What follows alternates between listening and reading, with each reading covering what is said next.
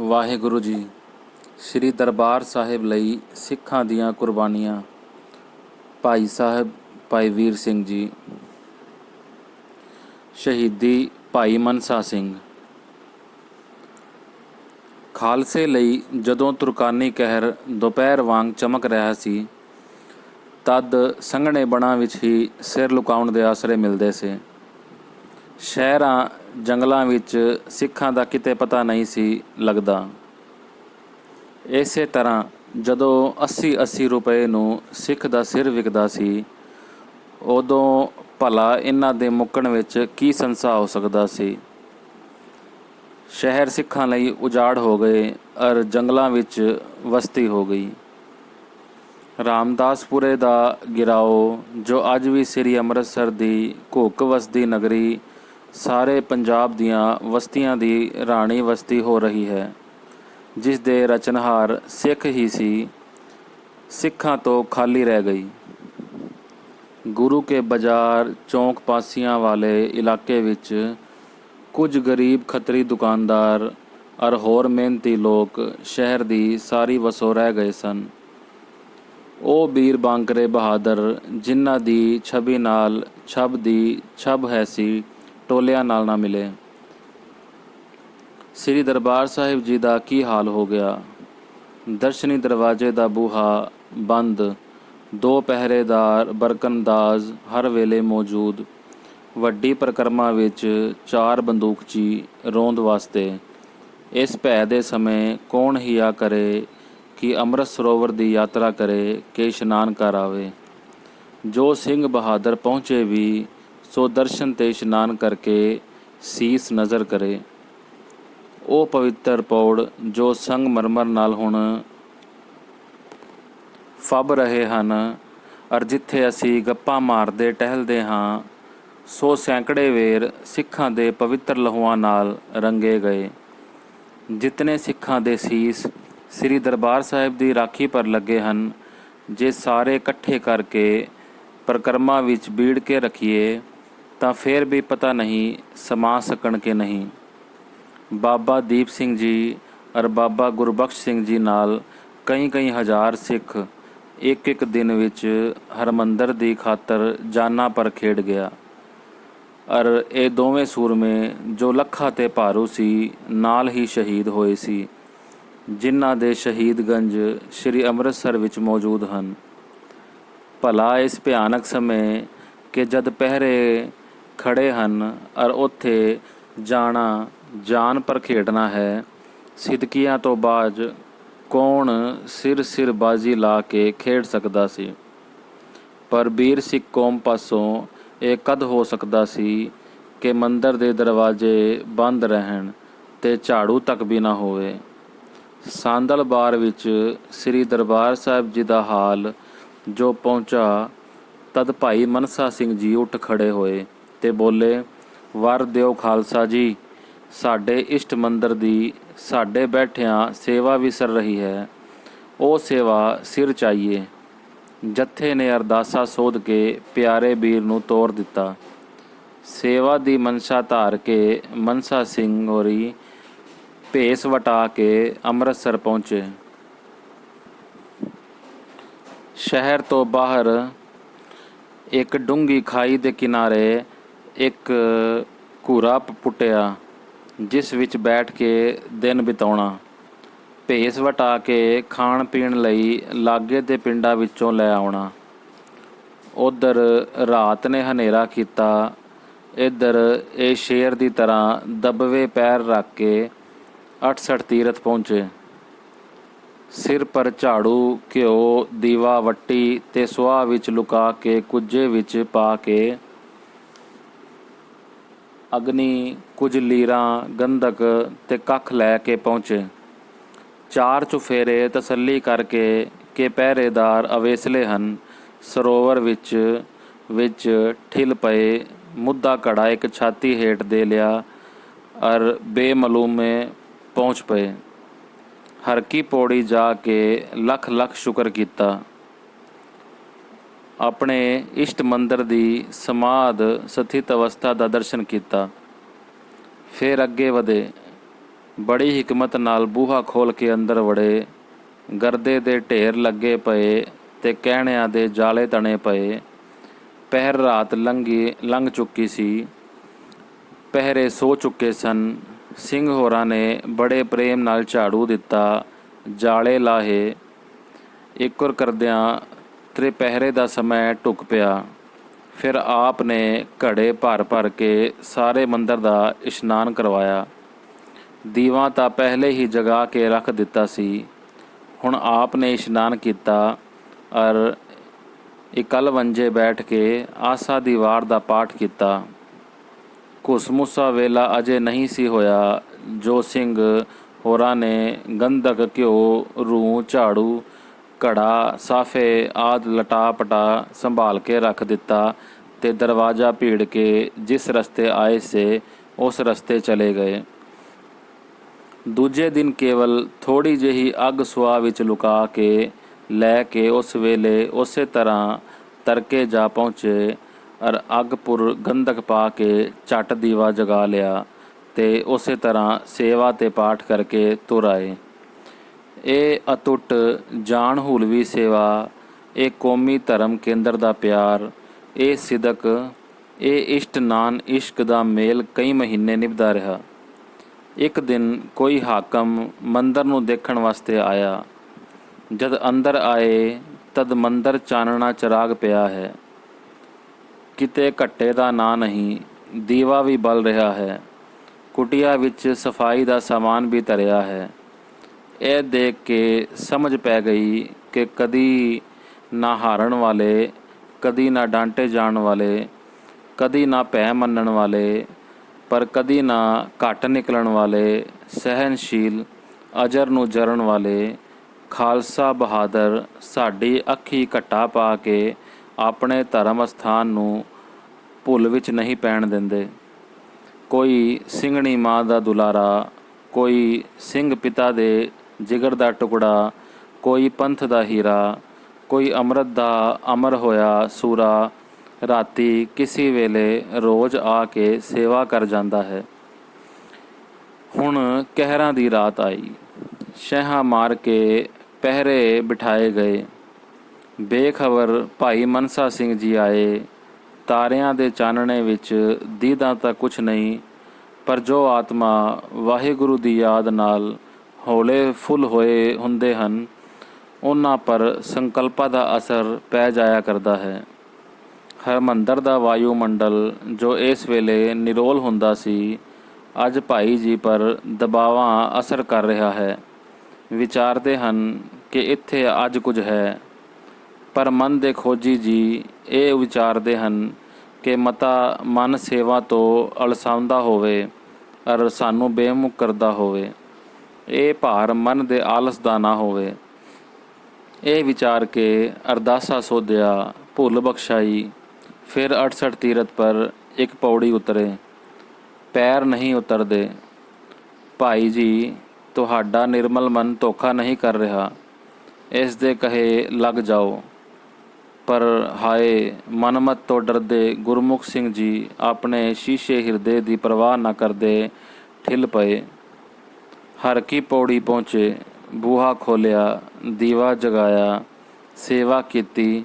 ਫਿਰ ਬੈਠ ਕੇ ਆਸਾ ਦੀ ਵਾਰ ਉਚਾਰੀ, ਭੋਗ ਪਾਇਆ, ਅਰਦਾਸਾ ਸੋਧਿਆ, ਡੰਡੋਤ ਕੀਤੀ, ਸਮਾਨ ਸਾਂਭਿਆ, ਬੂਹਾ ਢੋਇਆ ਅਰ ਹਰ ਕੀ ਪੌੜੀ ਅਪੜੇ। ਪੌੜੀ ਉਤਰੇ। ਉਹ ਕੀ ਹੋਇਆ? ਅੱਗ ਜਿਹੀ ਚਮਕੀ, ਤੋੜਾ ਦਾਗਿਆ ਗਿਆ, ਗੋਲੀ ਚੱਲੀ। ਭਾਈ ਜੀ ਤ੍ਰਹਿ ਕੇ ਤਰਬਕੇ ਨਹੀਂ। ਸ਼ੇਰ ਦੇ ਭਾਣੇ ਕਿਸੇ ਦਾਣੇ ਦੇ ਭੁੱਜਣ ਦਾ ਤੜਾਕਾ ਹੈ। ਪਲਕ ਖੜੋ ਕੇ ਚਾਰ ਚੁਫੇਰੇ ਤੱਕਿਆ। ਹਨੇਰੇ ਵਿੱਚ ਕੀ ਨਜ਼ਰ ਪਵੇ।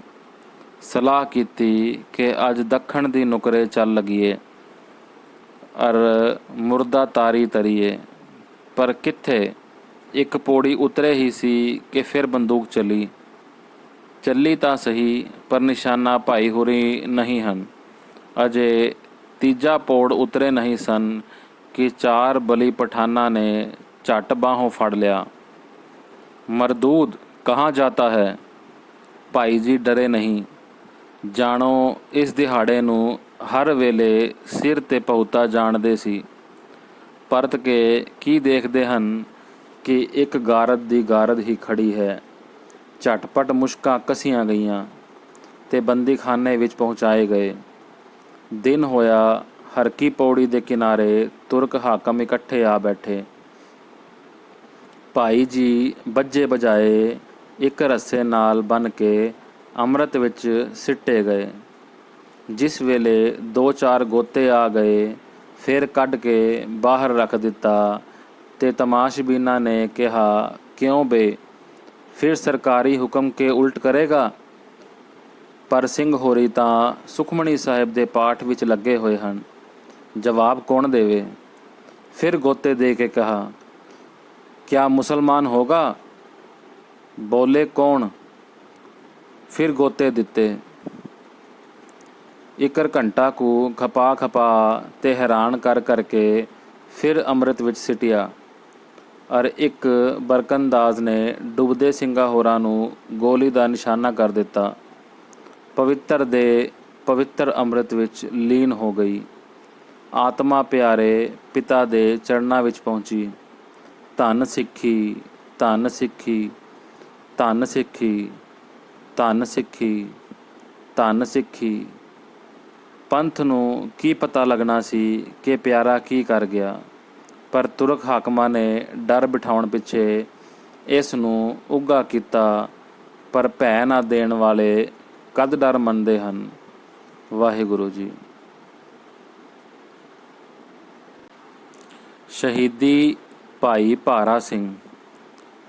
ਭਾਈ ਮਨਸਾ ਸਿੰਘ ਜੀ ਦੀ ਸ਼ਹੀਦੀ ਦੀ ਖਬਰ ਜਦ ਸਾਰੇ ਉੱਡ ਗਈ ਅਰ ਬੰਨਾਂ ਕੰਦਰਾਂ ਵਿੱਚ ਵੀ ਇਸ ਤੋਂ ਖਿਲਰ ਗਈ, ਤਦ ਖਾਲਸੇ ਦੇ ਖਿੰਡੇ ਹੋਏ ਨਿੱਕੇ ਨਿੱਕੇ ਦਲਾਂ ਵਿੱਚ ਸਹਿਮ ਜਾਂ ਭੈ ਨਹੀਂ ਛਾਇਆ, ਸਗੋਂ ਹੋਰ ਬੀਰਤਾ ਦਾ ਰੋਹ ਜਾਗਿਆ। ਅਰ ਇਹ ਸਲਾਹਾਂ ਹੋਣ ਲੱਗ ਪਈਆਂ ਕਿ ਆਪਣੇ ਮੰਦਰ ਦੀ ਸੇਵਾ ਨਹੀਂ ਭੁਲਾਉਣੀ ਚਾਹੀਦੀ। ਇੱਕ ਦਿਨ ਬਰਕੰਦਾਜ਼ ਦਰਸ਼ਨੀ ਦਰਵਾਜ਼ੇ ਅੱਗੇ ਪਹਿਰਾ ਦੇ ਰਹੇ ਸਨ ਕਿ ਇੱਕ ਸਾਈਂ ਲੋਕ ਨੇ ਆ ਕੇ ਅਲਖ ਜਗਾਈ ਅਰ ਮੌਲਾਨਾ ਰੂਮ ਦੀ ਮਸਨਵੀ ਪੜ੍ਹੀ। ਇਸ ਸੁਰੀਲੇ ਸੁਰ ਨਾਲ ਮਸਨਵੀ ਨੂੰ ਇਸ ਨੇ ਗਾਇਆ ਕਿ ਬਰਕੰਦਾਜ਼ ਕਾਠ ਦੀਆਂ ਮੂਰਤਾਂ ਵਾਂਗ ਅਡੋਲ ਹੋ ਗਏ। ਗਾਉਣ ਨੇ ਉਹਨਾਂ ਨੂੰ ਮੋਹ ਲਿਆ ਅਰ ਸਾਈਂ ਲੋਕ ਨਾਲ ਹਿੱਤ ਕਰਨ ਲੱਗ ਪਏ। ਦੂਏ ਦਿਨ ਫਿਰ ਉਸੇ ਤਰ੍ਹਾਂ ਹੋਇਆ। ਗੱਲ ਕੀ, ਉਸ ਫਕੀਰ ਨੇ ਇਹ ਵਤੀਰਾ ਹੀ ਫੜ ਲਿਆ ਕਿ ਰੋਜ਼ ਆਉਣਾ, ਗਾਉਣਾ ਅਰ ਰਜਾਉਣਾ ਤੇ ਉਹਨਾਂ ਨੇ ਖਹਿੜਾ ਨਾ ਛੱਡਣਾ। ਸਹਿਜੇ ਸਹਿਜੇ ਸਾਈਂ ਹੋਰੀ ਰਾਤ ਵੀ ਉੱਥੇ ਹੀ ਰਹਿਣ ਲੱਗ ਪਏ। ਸੰਧਿਆ ਪਈ, ਫਕੀਰ ਨੇ ਆਉਣਾ ਤੇ ਅੱਧੀ ਰਾਤ ਤੱਕ ਕਵਾਲੀ ਪੈਣੀ, ਅਰਥਾਤ ਉਸ ਨੇ ਫਾਰਸੀ ਬੋਲੀ ਵਿੱਚ ਪਰਮੇਸ਼ਰ ਦੀ ਮਹਿਮਾ ਦੇ ਗੀਤ ਗਾਉਣੇ। ਬਰਕੰਦਾਜ਼ਾਂ ਤੇ ਪਹਿਰੇਦਾਰਾਂ ਨੇ ਝੁਰਮੁਟ ਪਾ ਬੈਠਣਾ। ਇੱਧਰ ਉਹਨਾਂ ਨੇ ਮਸਤ ਹੋਣਾ, ਉੱਧਰ ਭਾਈ ਤਾਰਾ ਸਿੰਘ, ਭਾਈ ਭਾਰਾ ਸਿੰਘ ਜੀ ਨਾਮੇ ਬਹਾਦਰ ਸਿੰਘਾਂ ਨੇ ਭਾਈ ਮਨਸਾ ਸਿੰਘ ਜੀ ਵਾਂਗ 68 ਤੀਰਥ ਵੱਲੋਂ ਠਿੱਲ ਕੇ ਮੰਦਰ ਵਿੱਚ ਪਹੁੰਚ ਕੇ ਦੀਵਾ ਜਗਾਉਣਾ, ਸੇਵਾ ਕਰਨੀ ਤੇ ਆਸਾ ਦੀ ਵਾਰ ਦਾ ਪਾਠ ਕਰਕੇ ਅਰਦਾਸਾ ਸੋਧ ਕੇ ਅੱਧੀ ਰਾਤ ਦੇ ਮਗਰੋਂ ਮੁੜ ਜਾਣਾ। ਪਹਿਰੇਦਾਰਾਂ ਨੇ ਪਹਿਰ 2 ਪਹਿਰ ਤੱਕ ਕਵਾਲੀ ਵਿੱਚ ਮਸਤ ਰਹਿਣਾ ਤੇ ਫਿਰ ਨੀਂਦ ਵਿੱਚ ਪੈ ਕੇ ਸੌ ਜਾਣਾ। ਐਡਾ ਕੋਈ ਡਰ ਸੀ ਹੀ ਨਹੀਂ ਕਿ ਰਾਤ ਨੂੰ ਕੋਈ ਆ ਕੇ ਅੰਦਰੋਂ ਪਦਾਰਥ ਕੱਢ ਲਿਜਾਏਗਾ। ਇਸ ਪਹਿਰੇ ਦਾ ਕਾਰਨ ਇਹ ਸੀ ਕਿ ਮੁਸਲਮਾਨ ਹਾਕਮਾਂ ਨੂੰ ਇਹ ਡਰ ਬੈਠ ਗਿਆ ਸੀ ਕਿ ਦਰਬਾਰ ਸਾਹਿਬ ਜੀ ਦਾ ਅੰਮ੍ਰਿਤ ਪੀ ਕੇ ਸਿੱਖ ਬਲੀ ਹੋ ਜਾਂਦੇ ਹਨ। ਇਸ ਚਸ਼ਮੇ ਵਿੱਚ ਕੋਈ ਗੈਬੀ ਤਾਕਤ ਹੈ। ਉਹ ਇਸ ਕਰਕੇ ਸਿੱਖਾਂ ਨੂੰ ਇਸ ਸਰੋਵਰ ਤੇ ਮੰਦਰ ਤੋਂ ਪਰੇਡੇ ਰੱਖਿਆ ਚਾਹੁੰਦੇ ਸਨ। ਪਰ ਸਿੱਖ ਕਿਸੇ ਹੋਰ ਹੀ ਮਿੱਟੀ ਦੇ ਘੜੇ ਹੋਏ ਸਨ। ਉਹ ਐਸੀਆਂ ਕਰੜਾਈਆਂ ਦੇ ਸਮੇਂ ਵੀ ਆਪਣੇ ਸਿਦਕੋਂ ਨਹੀਂ ਝੁਕਦੇ ਸਨ। ਕਈ ਮੁੱਦਤ ਭਾਈ ਤਾਰਾ ਸਿੰਘ ਤੇ ਭਾਈ ਭਾਰਾ ਸਿੰਘ ਜੀ ਇਹ ਸੇਵਾ ਕਰਦੇ ਰਹੇ ਅਰ ਚੋਰੀ ਦਾਓ ਨਿਭ ਜਾਂਦਾ ਰਿਹਾ। ਇੱਕ ਦਿਨ ਲਾਹੌਰ ਦੇ ਕਾਜ਼ੀਆਂ ਦੀ ਇਹ ਸਲਾਹ ਠਹਿਰੀ ਕਿ ਦਰਬਾਰ ਸਾਹਿਬ ਨੂੰ ਮਸਜਿਦ ਬਣਾ ਲਿਆ ਜਾਵੇ, ਜੋ ਸਦਾ ਲਈ ਸਿੱਖਾਂ ਦਾ ਕਬਜ਼ਾ ਦੂਰ ਹੋ ਜਾਵੇ। ਜੇਕਰ ਹਿੰਦੂਆਂ ਦੀ ਕਈ ਚੀਜ਼ ਭਿੱਟ ਦਈਏ ਤਾਂ ਹਿੰਦੂ ਪਰੇ ਸਿੱਟ ਦਿੰਦੇ ਹਨ। ਇਸੇ ਤਰ੍ਹਾਂ ਜੇ ਦਰਬਾਰ ਸਾਹਿਬ ਵਿੱਚ ਮਸੀਤ ਬਣ ਗਈ ਤਦ ਸਿੱਖ ਆਪੇ ਹੀ ਪਰੇ ਹਟ ਜਾਣਗੇ। ਪਰ ਉਹਨਾਂ ਭੋਲਿਆਂ ਨੂੰ ਸਿੱਖਾਂ ਦੇ ਵਿਚਲੇ ਭੇਦ ਕੀ ਮਾਲੂਮ ਸਨ। ਇਹ ਸਲਾਹ ਗੁੰਦ ਕੇ 2-3 ਕਾਜੀ ਮੁੱਲਾ ਲਾਹੌਰ ਥੀ ਅੰਮ੍ਰਿਤਸਰ ਆਏ, ਇਸ ਬਾਤ ਲਈ ਕਿ ਜੇ ਤਾਂ ਦਰਬਾਰ ਸਾਹਿਬ ਦਾ ਰੁਖ ਪਿੱਛੋਂ ਨੂੰ ਹੈ ਤਦ ਬਿਹਤਰ, ਜੇ ਨਹੀਂ ਤਾਂ ਪਿੱਛੋਂ ਰੁਕ ਕੀਤਾ ਜਾਵੇ। ਜਦ ਉਹ ਮੰਦਰ ਵਿੱਚ ਗਏ ਤਦ ਹੱਕੇ ਬੱਕੇ ਰਹਿ ਗਏ ਕਿ ਦਰਬਾਰ ਸਾਹਿਬ ਦਾ ਰੁਖ 4 ਕੁੰਟ ਨੂੰ ਹੈ, 4 ਦਰਵਾਜ਼ੇ ਹੇਠਾਂ ਹਨ ਅਰ ਕੋਈ 24 ਬਾਰੀਆਂ ਉੱਪਰ ਹਨ। ਕਿਸ ਰੁਖ ਕੀਤਾ ਜਾਏ? ਪਿੱਛੋਂ ਰੁਖ ਕਰਨ ਲਈ ਇਮਾਰਤ ਨਵੇਂ ਸਿਰੇ ਬਣੇ, ਪੁੱਲ ਪੁਰੇ ਵੱਲੋਂ ਆਵੇ। ਮਹਾਰਾਜ ਨੇ ਦਰਵਾਜ਼ੇ ਵੀ ਮੱਧ ਕੋਣਾ ਵਿੱਚ ਧਰੇ ਹਨ, ਠੀਕ ਉੱਤਰ, ਪੂਰਬ, ਪੱਛਮ, ਦੱਖਣ ਚਾਰੇ ਨੁਕਰਾਂ ਵਿੱਚ ਨਹੀਂ ਹਨ। ਇਹ ਇੱਕ ਹੋਰ ਹੀ ਰੱਬੀ ਭੇਦ ਸੀ ਜਿਸ ਨੂੰ ਤਅੱਸੁਬ ਵਾਲੇ ਲੋਕ ਨਹੀਂ ਜਾਣ ਸਕਦੇ। ਪੁੱਲ ਪੱਛਮੋਤਰ ਵੱਲੋਂ ਹੈ। ਇਹ ਅਜੂਬੇ ਦੀ ਬਣਾਵਟ ਸੋਚਦੇ ਜਾਂ ਅੰਦਰ ਪਹੁੰਚੇ। ਅਜੇ ਸਵੇਰਾ ਹੀ ਸੀ ਤਦ ਦੀਵਾ ਬਲ ਰਿਹਾ ਸੀ। ਝਾੜੂ, ਅੱਗ, ਘੜਾ ਆਦਿਕ ਨਹੀਂ ਸਨ, ਕਿਉਂਕਿ ਹੁਣ ਉਹ ਰੋਜ਼ ਦੇ ਰੋਜ਼ ਨਾਲ ਲੈ ਜਾਂਦੇ ਸਨ। ਪਰ ਦੀਵਾ ਬਲਦਾ ਹੈ, ਉਹ ਵੀ ਘਿਓ ਦਾ। ਤਾਜ਼ੇ ਫੁੱਲ ਵੀ ਖਿਲਰੇ ਹੋਏ ਹਨ। ਮੰਦਰ ਵੀ ਸਾਫ਼ ਹੈ। ਮਸਜਿਦ ਦੀ ਸਲਾਹ ਤਾਂ ਲਾਹੌਰ ਜਾ ਕੇ ਕਰਨੀ ਰਹੀ, ਔਰ ਐਤਨੇ ਦਲੇਰ ਹਨ ਕਿ ਰੋਜ਼ ਆ ਕੇ ਸੇਵਾ ਕਰ ਜਾਂਦੇ ਹਨ। ਕਾਜ਼ੀਆਂ ਨੇ ਬਰਕੰਦਾਜ਼ਾਂ ਨੂੰ ਸਖਤ ਸੁਸਤ ਕਿਹਾ। ਉਹਨਾਂ ਨੇ ਸਹੁੰਆਂ ਸੁਗੰਧਾਂ ਖਾਧੀਆਂ। ਹਾਕਮ ਤੱਕ ਖਬਰ ਹੋਈ। ਰਾਤ ਨੂੰ ਸਾਰੇ ਪਹਿਰੇ ਬਿਠਾਏ ਗਏ, ਪਰ ਸਾਰੀ ਰਾਤ ਕੋਈ ਸਿੱਖ ਨਾ ਆਇਆ। ਦਿਨ ਹੋ ਗਿਆ, ਦਰਵਾਜ਼ਾ ਖੋਲ੍ਹਿਆ ਗਿਆ ਤਦ ਉਹ ਦੀਵਾ ਜੋ ਪਹਿਲੇ ਦਿਨ ਬੁਝਾਇਆ ਗਿਆ ਸੀ ਫੇਰ ਜਗ ਰਿਹਾ ਸੀ। ਪਰ ਜਗਾਉਣ ਵਾਲੇ ਦੇ ਆਉਣ ਜਾਣ ਦਾ ਸਾਰੀ ਰਾਤ ਦੇ ਪਹਿਰਿਆਂ ਵਿੱਚ ਪਤਾ ਨਹੀਂ ਲੱਗਾ। ਦੂਸਰੇ ਦਿਨ ਫੇਰ ਪਹਿਰੇ ਲਾਏ ਗਏ। ਸਾਰੀ ਰਾਤ ਕਿਤੇ ਚਿੜੀ ਨਹੀਂ ਫਟਕੀ। ਪਰ ਅਗਲੀ ਤੜਕੇ ਅੰਦਰ ਜਾ ਕੇ ਦੇਖਿਆ ਗਿਆ ਤਾਂ ਫੇਰ ਦੀਵਾ ਜਗ ਰਿਹਾ ਸੀ। ਫੁੱਲ ਵੀ ਪਏ ਸਨ। ਇਸ ਨਵੀਂ ਹੋਣਹਾਰ ਬਾਤ ਨੇ ਬੜਾ ਅਚੰਭਾ ਪੈਦਾ ਕਰ ਦਿੱਤਾ। ਕਿਸੇ ਦੀ ਸਮਝ ਵਿੱਚ ਨਾ ਆਵੇ ਕਿ ਇਹ ਕੀ ਕੋਤਕ ਵਰਤਦਾ ਹੈ। ਕਈ ਦਿਨਾਂ ਦੀ ਤਕੜਾਈ ਪਿੱਛੋਂ ਵੀ ਜਦ ਅਸਲੀ ਭੇਤ ਨਾ ਖੁੱਲਿਆ ਤਦ ਇੱਕ ਪ੍ਰਕਾਰ ਦਾ ਭੈ ਛਾ ਗਿਆ, ਔਰ ਪਹਿਰੇਦਾਰ ਵੀ ਸਹਿਮ ਖਾਣ ਲੱਗ ਪਏ। ਸਹਿਜੇ ਸਹਿਜੇ ਮਾਮੂਲੀ ਪਹਿਰੇ ਰਹਿ ਗਏ, ਔਰ ਭਾਈ ਤਾਰਾ ਸਿੰਘ ਤੇ ਭਾਈ ਭਾਰਾ ਸਿੰਘ ਜੀ ਫਿਰ ਉਸੇ ਤਰ੍ਹਾਂ ਆ ਕੇ ਸੇਵਾ ਕਰਨ ਲੱਗ ਪਏ।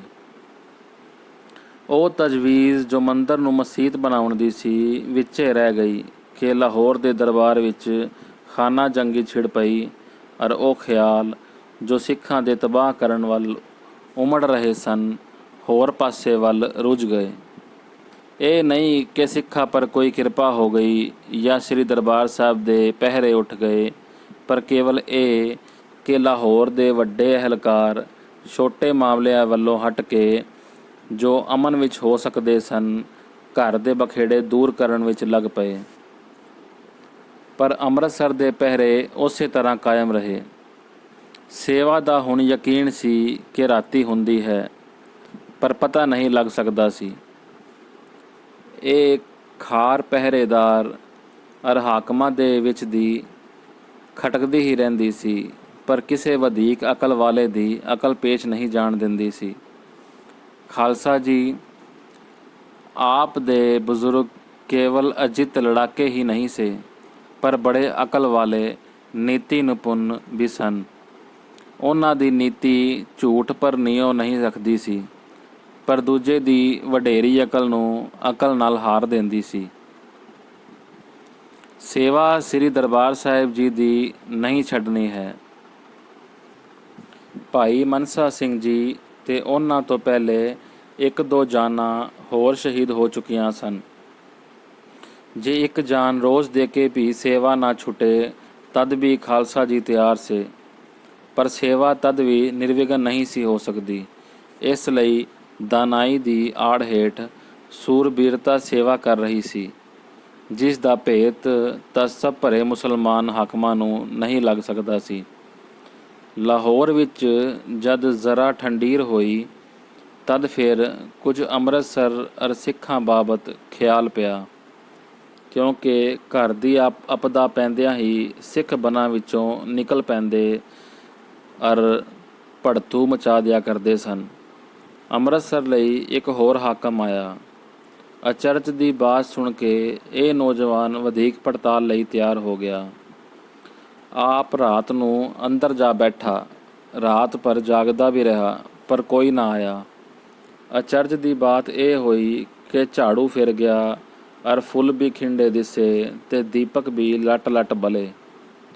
ਭਲਾ ਇਸ ਤੋਂ ਵੱਧ ਕੀ ਹੈਰਾਨੀ ਹੋ ਸਕਦੀ ਹੈ? ਘਰ ਜਾ ਕੇ ਆਦਮੀ ਬੜੀ ਹੈਰਾਨੀ ਵਿੱਚ ਪਿਆ। ਨਗਰ ਵਿੱਚ ਤਲਾਸ਼ੀ ਹੋਈ, ਇੱਕ ਵੀ ਸਿੱਖ ਨਾ ਲੱਭਾ। ਰਾਮ ਰੌਣੀ ਦੇ ਇਰਦੇ ਗਿਰਦੇ ਲੁਕਾ ਛਿਪਾ ਦੇ ਥਾਂ ਵੀ ਟੋਲੇ ਗਏ, ਪਰ ਸਿੱਖ ਦੇ ਉੱਥੇ ਵੀ ਇੱਕ ਸਿੱਖ ਨਾ ਲੱਭਾ। ਰਸਤਿਆਂ ਤੇ ਪਹਿਰੇ ਛੱਡੇ ਗਏ ਕਿ ਕੋਈ ਸਿੱਖ ਨਗਰ ਵਿੱਚ ਨਾ ਵੜ ਪਾਵੇ, ਪਰ ਕਿਸੇ ਇੰਤਜ਼ਾਮ ਦੀ ਪੇਸ਼ ਨਾ ਗਈ ਅਰ ਭੇਤ ਕੁਝ ਨਾ ਲੱਦਾ। ਇਹ ਨਵਾਂ ਹਾਕਮ ਬੜਾ ਜਰਵਾਣਾ ਸੀ। ਜਦ ਇਸ ਨੂੰ ਕੋਈ ਥਹੁ ਨਾ ਲੱਗਾ ਤਦ ਇਸ ਨੇ ਦਰਬਾਰ ਸਾਹਿਬ ਦਾ ਅੰਦਰਲਾ ਫਰਸ਼ ਪੁਟਵਾਉਣ ਦੀ ਚਿੱਤ ਧਾਰੀ। ਇਹ ਤਜਵੀਜ਼ ਇਸ ਨੂੰ ਰਾਤੀ ਫੁਰੀ, ਪਰ ਕਿਸੇ ਨੂੰ ਦੱਸੀ ਨਹੀਂ। ਸਵੇਰੇ ਅਚਾਨਕ ਬੇਲਦਾਰ ਲੈ ਕੇ ਪਹੁੰਚਾ ਅਰ ਇਹ ਕਾਰ ਸ਼ੁਰੂ ਕਰ ਦਿੱਤੀ। ਕੁਝ ਚਿਰ ਬਾਅਦ ਉਸ ਕੋਠੜੀ ਦੀ, ਜੋ ਮੰਦਰ ਦੀ ਉੱਤਰ ਰੁਖ ਦੀ ਢਾਟ ਹੇਠ ਹੈ, ਜਿੱਥੇ ਅੱਜ ਕੱਲ੍ਹ ਖਜ਼ਾਨਾ ਰਹਿੰਦਾ ਹੈ, ਪੁਟਾਈ ਸ਼ੁਰੂ ਹੋਈ। ਤਮਾਸ਼ਾ ਇਹ ਕਿ ਨਿੱਗਰ ਥਾਂ ਨਹੀਂ ਨਿਕਲੀ। ਇੱਕ ਪੱਥਰ ਦੀ ਸਿਲਾ ਨਿਕਲੀ, ਜਿਸ ਨੂੰ ਚੁੱਕਣੇ ਤੇ ਇੱਕ ਭੋਰਾ ਅਰ ਭੋਰੇ ਵਿੱਚੋਂ ਇੱਕ ਸਿੰਘ ਨਿਕਲਿਆ। ਬਸ ਜੋ ਚਾਹੁੰਦੇ ਸੀ ਸੋ ਹੱਥ ਲੱਗ ਗਿਆ। ਇਹ ਭਾਈ ਭਾਰਾ ਸਿੰਘ ਸੀ। ਅੱਜ ਪਿਆਰੇ ਜੀ ਦੀ ਵਾਰੀ ਸੀ। ਪਾਠਕ ਹੈਰਾਨ ਹੋਣਗੇ, ਇਹ ਕੀ ਭੇਤ ਸੀ? ਮਿੱਤਰ ਜਨੋ, ਉਹ ਬੋਰੀਆਂ ਵਾਲੇ ਸਾਈਂ ਲੋਕ ਪੰਥ ਦੇ ਪ੍ਰਸਿੱਧ ਵਿਦਵਾਨ ਸੂਹੀਏ ਸੇ, ਜਿਨ੍ਹਾਂ ਦਾ ਨਾਮ ਪਿਆਰ ਦੇ ਕਾਰਨ ਬਿਜਲਾ ਸਿੰਘ ਮਸ਼ਹੂਰ ਸੀ। ਭਾਈ ਮਨਸਾ ਸਿੰਘ ਜੀ ਦੀ ਸ਼ਹੀਦੀ ਨੇ ਮਜਬੂਰ ਕੀਤਾ ਸੀ ਕਿ ਆਪ ਦੀ ਬਾਰੀਕ ਅਕਲ ਮੰਦਰ ਦੀ ਸੇਵਾ ਵਿੱਚ ਲੱਗੇ। ਸੋ ਆਪ ਜੀ ਫਾਰਸੀ ਗਜ਼ਲਖਾਨੀ ਨੇ ਬਰਕੰਦਾਜ਼ਾਂ ਵਿੱਚ ਵਾਸਾ ਪਾ ਲਿਆ ਸੀ। ਹਰ ਗੱਲ ਦੀ ਆਪ ਨੂੰ ਖਬਰ ਰਹਿੰਦੀ ਸੀ, ਔਰ ਪੂਰੀ ਖਬਰ ਰਹਿਣ ਕਰਕੇ ਆਪ ਸੇਵਾ ਦਾ ਪ੍ਰਬੰਧ ਹਰ ਰੋਜ਼ ਲੋੜ ਮੁਜਬ ਕਰਦੇ ਰਹਿੰਦੇ ਸਨ। ਜਦੋਂ ਕੋਈ ਖਤਰਾ ਨਹੀਂ ਹੁੰਦਾ ਸੀ, ਭਾਈ ਤਾਰਾ ਸਿੰਘ, ਭਾਰਾ ਸਿੰਘ ਦੋਵੇਂ ਭਰਾ ਇਕੱਠੇ ਆਉਂਦੇ ਸਨ, ਔਰ ਜਦੋਂ ਖਤਰਾ ਹੁੰਦਾ ਸੀ ਤਦੋਂ ਇੱਕ ਜਣਾ ਮੰਦਰ ਦੇ ਅੰਦਰ ਬੜੀ ਹਕਮਤ ਨਾਲ ਉੱਤਰ ਦੀ ਕੋਠੜੀ ਵਿੱਚ, ਜੋ ਇੱਕ ਤਹਿਖਾਨਾ ਸੀ ਜਿਸ ਵਿੱਚ ਇੱਕ ਆਦਮੀ ਬੈਠ ਸਕਦਾ ਸੀ, ਉਸ ਵਿੱਚ ਬੈਠ ਜਾਂਦਾ ਸੀ। ਉੱਪਰ ਇੱਕ ਸਿਲਾ ਮਿਲਵੀ ਐਸੀ ਸੀ ਕਿ ਰੱਖੀ ਹੋਈ ਵੱਖ ਨਹੀਂ ਲੱਗਦੀ ਸੀ, ਤੇ ਹੇਠੋਂ ਚੁੱਕ ਲੈਣੀ ਜਾਂ ਉੱਤੇ ਚੁੱਕ ਲੈਣੀ ਭੇਤੀ ਲਈ ਕਠਨ ਨਹੀਂ ਸੀ। ਹਵਾ ਦਾ ਪ੍ਰਬੰਧ ਵੀ ਬਰੀਕ ਛੇਕਾਂ ਜਾਂ ਦਰਜਾਂ ਰਸਤੇ ਸੀ, ਜੋ ਹਨੇਰੇ ਦੇ ਕਾਰਨ ਮਾਲੂਮ ਨਹੀਂ ਸੀ ਹੁੰਦੇ। ਇਹ ਛੇਕ ਬਿਜਲਾ ਸਿੰਘ ਦੀ ਉਸਤਾਦੀ ਸੀ, ਨਹੀਂ ਤਾਂ ਪਹਿਲਾਂ ਇੱਕ ਚੁਬੱਚਾ ਜਿਹਾ ਪਦਾਰਥ ਰੱਖਣ ਵਾਸਤੇ ਸੀ ਕਿ ਅਚਾਨਕ ਤੁਰਕੀ ਲੁੱਟ ਵੇਲੇ ਪੰਥ ਦਾ ਮਾਲ ਬਚਿਆ ਰਹੇ। ਹੁਣ ਬਿਜਲਾ ਸਿੰਘ ਨੇ ਇਸ ਤੋਂ ਕੋਟ ਦਾ ਕੰਮ ਲਿਆ। ਜਦ ਕਦੀ ਪਹਿਰੇ ਤੋਂ ਪੜਤਾਲ ਦਾ ਡਰ ਪੈਂਦਾ ਤਦੋਂ ਸੇਵਕ ਇੱਥੇ ਲੁਕ ਜਾਂਦੇ। 2-4 ਪਹਿਰ ਬਾਅਦ ਬਿਜਲਾ ਸਿੰਘ ਐਸੀ ਕੋਈ ਅਜੀਬ ਰੁਝੇਵਾ ਪੈਦਾ ਕਰ ਦਿੰਦਾ ਕਿ ਜਿਸ ਕਰਕੇ ਸਿੱਖ ਨੂੰ ਨਿਕਲਣ ਦਾ ਮੌਕਾ ਮਿਲ ਜਾਂਦਾ। ਇਸ ਦੀਆਂ ਸੀਟੀਆਂ ਤੇ ਵੰਝਲੀਆਂ ਤੇ ਲੰਮੀਆਂ ਹੇਕਾਂ ਐਸੀਆਂ ਇਸ਼ਾਰੇਦਾਰ ਹੁੰਦੀਆਂ ਕਿ ਸਿੱਖ ਭਾਵ ਸਮਝ ਜਾਂਦੇ ਸਨ। ਜਦ ਬਹੁਤ ਹੀ ਖਬਰਦਾਰੀ ਹੋਵੇ, ਜੈਸਾ ਕਿ ਹਾਕਮ ਇੱਕ ਰਾਤ ਆਪ ਮੰਦਰ ਵਿੱਚ ਆ ਬੈਠਾ ਸੀ, ਉਸ ਰਾਤ ਬਿਜਲਾ ਸਿੰਘ ਹੁਰੀ ਬਾਹਰ ਗਾਉਂਦੇ ਆਪਣੀ ਸੁਰੀਲੀ ਸੁਰ ਦੇ ਕਾਰਨ ਅੰਦਰ ਸੱਦੇ ਗਏ ਔਰ ਐਸਾ ਰਿਝਾਇਆ ਕਿ ਜਾਗਦਾ ਸੂਬੇਦਾਰ ਸੌ ਗਿਆ। ਅੱਖ ਲੱਗਦੇ ਹੀ ਸਭ ਸੇਵਾ ਬਿਜਲਾ ਸਿੰਘ ਹੋਰਾਂ ਨੇ ਆਪ ਕਰ ਦਿੱਤੀ ਤੇ ਫਿਰ ਆਪ ਲੰਮੇ ਪੈ ਕੇ ਸੌਂ ਗਏ। ਉਸ ਪਰ ਸ਼ੱਕ ਪੈ ਹੀ ਨਹੀਂ ਸੀ ਸਕਦਾ। ਹੈਰਾਨੀ ਸਖਤ ਵੱਧ ਗਈ। ਇਸ ਤਰ੍ਹਾਂ ਨਾਲ ਇੱਕ ਮੁੱਦਰ ਗੁਜ਼ਰ ਗਈ ਸੀ, ਪਰ ਅੱਜ ਅਚਾਨਕ ਪੜਤਾਲ ਹੋ ਪਈ। ਰਾਤ ਦੀ ਵਿਉਂਤ ਸਖਤ ਪਹਿਰੇ ਦੀ ਸੀ, ਇਸ ਕਰਕੇ ਭਾਰਾ ਸਿੰਘ ਜੀ ਅੰਦਰ ਸੇ। ਬਿਜਲਾ ਸਿੰਘ ਜੀ ਨੇ ਉਹਨਾਂ ਨੂੰ ਦਿਨੇ ਕੱਢਣਾ ਸੀ ਔਰ ਕੱਢਣ ਲਈ ਆਪ ਨੇ ਇੱਕ ਕਵਾਲੀ ਦੀ ਤਜਵੀਜ਼ ਕੀਤੀ ਸੀ, ਪਰ ਉਸ ਤੋਂ ਪਹਿਲੇ ਹੀ ਭਾਈ ਜੀ ਪਕੜੇ ਗਏ।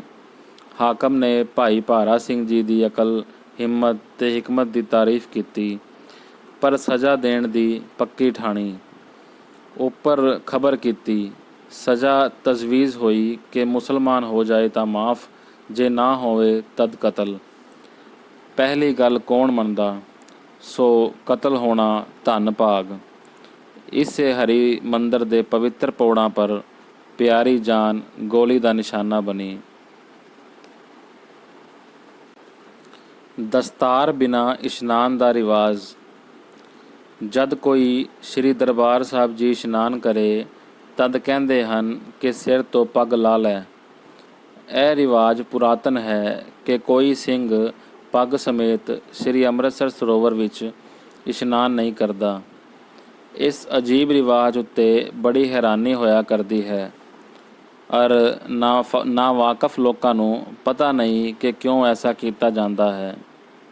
ਮਿੱਤਰ ਜਨੋ, ਜਿਸ ਸਮੇਂ ਇਹ ਪਿਆਰਾ ਮੰਦਰ ਜੋ ਪਿਆਰੀਆਂ ਜਾਨਾਂ ਤੇ ਪ੍ਰੇਮ ਭਰੀਆਂ ਕੁਰਬਾਨੀਆਂ ਨਾਲ ਤਿਆਰ ਹੋਇਆ ਜਰਵਾਣਿਆਂ ਦੇ ਹੱਥ ਆ ਗਿਆ ਔਰ ਸਿੱਖ ਇੱਥੋਂ ਕੱਢ ਦਿੱਤੇ ਗਏ, ਇੱਥੇ ਆਉਣਾ ਤੇ ਇਸ਼ਨਾਨ ਕਰਨਾ ਜਾਨ ਪਰ ਖੇਡਣਾ ਹੁੰਦਾ ਸੀ। ਅਸੀਂ ਦੱਸ ਚੁੱਕੇ ਹਾਂ ਕਿ ਉਹਨਾਂ ਦਿਨਾਂ ਵਿੱਚ ਵੀ ਸਿੱਖ ਸੇਵਾ ਕਰਨੋਂ ਨਹੀਂ ਟਲਦੇ ਸੇ ਤੇ ਇਸ਼ਨਾਨ ਕਰਨੋਂ ਭਲਾ ਕਦ ਰੁਕਦੇ ਸੀ। ਇਸ ਪਰ ਤੁਰਕਾਂ ਨੇ ਮਿਹਣਾ ਮਾਰ ਕੇ ਕਿਹਾ, ਇਹ ਕੀ ਸੂਰਬੀਰਤਾ ਹੈ ਕਿ ਲੁਕ ਛੁਪ ਕੇ ਨਾ ਗਏ, ਲੁਕ ਕੇ ਤਾਂ ਕਾਇਰ ਵੀ ਨਹਾ ਸਕਦੇ ਹਨ। ਤਦ ਤੋਂ ਬੀਰਤਾ ਦੀ ਨਿਧੀ ਖਾਲਸਾ ਜੀ ਨੇ ਪ੍ਰਣ ਕਰ ਲਿਆ ਕਿ ਸ੍ਰੀ ਦਰਬਾਰ ਸਾਹਿਬ ਜਦ ਵੀ ਇਸ਼ਨਾਨ ਕਰਨ ਜਾਓ, ਦਸਤਾਰ ਉਤਾਰ ਕੇ ਕਰੋ, ਤਾਂ ਜੋ ਸਾਫ਼ ਪਿਆ ਦਿਸੇ ਕਿ ਸਿੱਖ ਨਹਾ ਰਿਹਾ ਹੈ। ਇਸ ਹੁਕਮ ਮੁਜਬ ਜੋ ਸ੍ਰੀ ਦਰਬਾਰ ਸਾਹਿਬ ਜੀ ਦੇ ਪ੍ਰੇਮੀ ਖਾਲਸਾ ਜੀ ਆਉਂਦੇ, ਉਸੇ ਤਰ੍ਹਾਂ ਇਸ਼ਨਾਨ ਕਰਦੇ। ਫਿਰ ਅਨੇਕਾਂ ਵੇਰ ਇਹ ਹੋਣਾ ਕਿ ਕੋਈ ਸਿੱਖ ਦੱਖਣ ਦੀ ਬਾਹੀ ਨਹਾ ਰਿਹਾ ਹੈ ਤੇ ਉੱਤਰ ਦੀ ਨੁਕਰ ਤੇ ਪਹਿਰੇਦਾਰ ਨੇ ਡਿੱਠਾ ਹੈ। ਝੱਟ ਗੋਲੀ ਸਰ ਕੀਤੀ ਔਰ ਇਸ਼ਨਾਨ ਕਰਦੇ ਸਿੰਘ ਹੁਰੀ ਉੱਥੇ ਹੀ ਫੁੰਡੇ ਗਏ। ਆਪਣੇ ਮੰਦਰ ਦੀ ਰੱਖਿਆ ਵਿੱਚ ਪਵਿੱਤਰ ਲਹੂ ਸਿੰਚ ਦਿੱਤਾ। ਇਹ ਜੋ ਦਰਬਾਰ ਸਾਹਿਬ ਦੇ ਪੌੜ ਹਨ, ਇੱਥੇ ਇੰਨੀਆਂ ਜਾਨਾਂ ਅਰਪਣ ਹੋ ਚੁੱਕੀਆਂ ਹਨ ਕਿ ਅੱਜ ਕੱਲ੍ਹ ਦੇ ਲੋਕ ਅੰਦਾਜ਼ਾ ਵੀ ਨਹੀਂ ਲਗਾ ਸਕਦੇ। ਉਸ ਸਮੇਂ ਦੀ ਕੁਰਬਾਨੀ ਦੀ ਨਿਸ਼ਾਨੀ ਦਸਤਾਰ ਉਤਾਰ ਕੇ ਇਸ਼ਨਾਨ ਕਰਨ ਦੀ ਉਗਾਹੀ ਦੇ ਰਹੀ ਹੈ ਕਿ ਹੇ ਸਿੰਘੋ, ਆਪ ਦੇ ਬਜ਼ੁਰਗ ਇਸ ਤਰ੍ਹਾਂ ਇਸ ਪਿਆਰੀ ਸ਼ੈ ਲਈ ਜਾਨਾਂ ਦੇ ਚੁੱਕੇ ਹਨ।